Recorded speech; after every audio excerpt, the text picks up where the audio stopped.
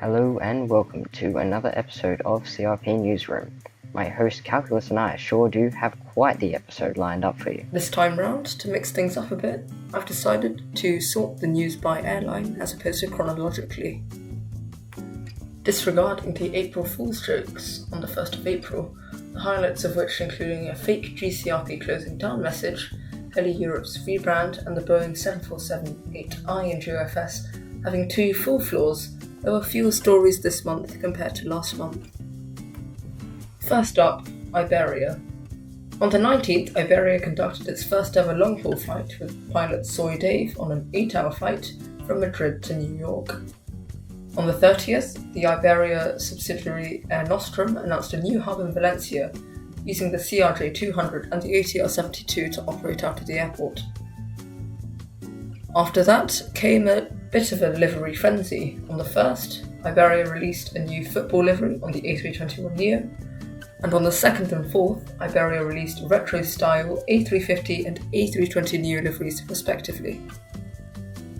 Royal Japan Airlines also announced an expansion of routes, opening up a new hub at Tokyo Narita Airport on the 20th.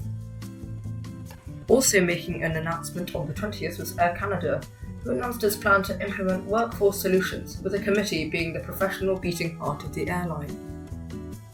Air Canada also later announced a group flight dubbed the Forgotten Path from St. John's to Zurich and then on to Bern. On the 23rd of March, Turkish Airlines announced its customary new routes, with routes to San Francisco, Manchester and Beijing. Stratus Airways didn't have much news by themselves, but on the 23rd of March they did announce that they made a website. On the 24th of March, Pacific Airlines announced that it was negotiating the acquisition of Green Airways for $900 million. And now onto one of the headline stories of the month.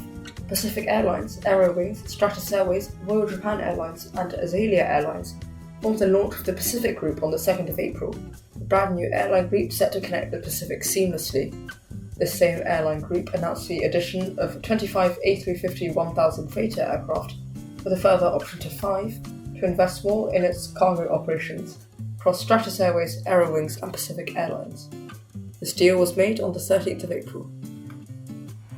As already mentioned, Heli Europe made a joke rebrand to just Europe, with extremely niche routes to places like Easter Island, the remote island of St. Helena, and Paro in Bhutan. Finally, Air Siberia announced extensive events that would be taking place on the 20th of April. Thank you very much, Cal, for the news segment. Well presented as always.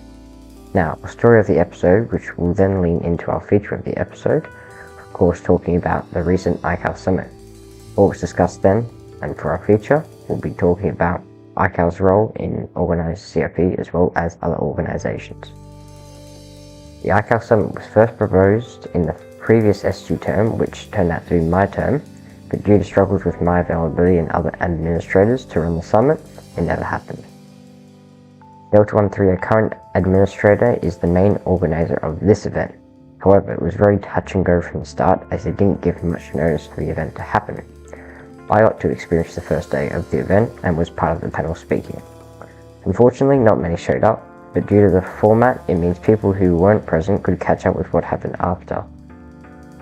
Another part of the event, which I didn't get to see due to time zone difficulties, were the announcements, which were not bad, and a good hangout between airline CEOs giving awareness to other airlines' plans and strengths.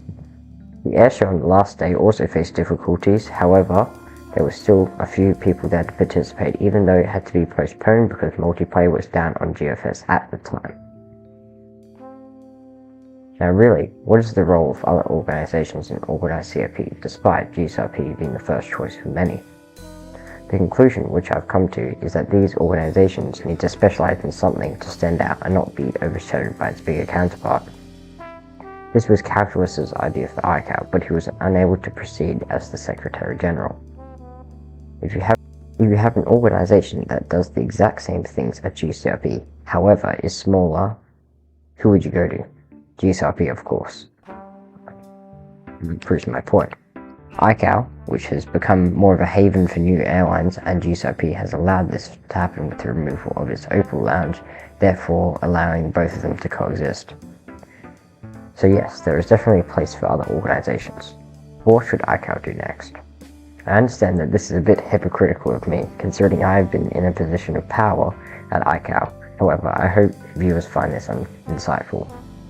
ICAO should commit to difference, as being unique is powerful in this landscape, perhaps providing services to US airlines.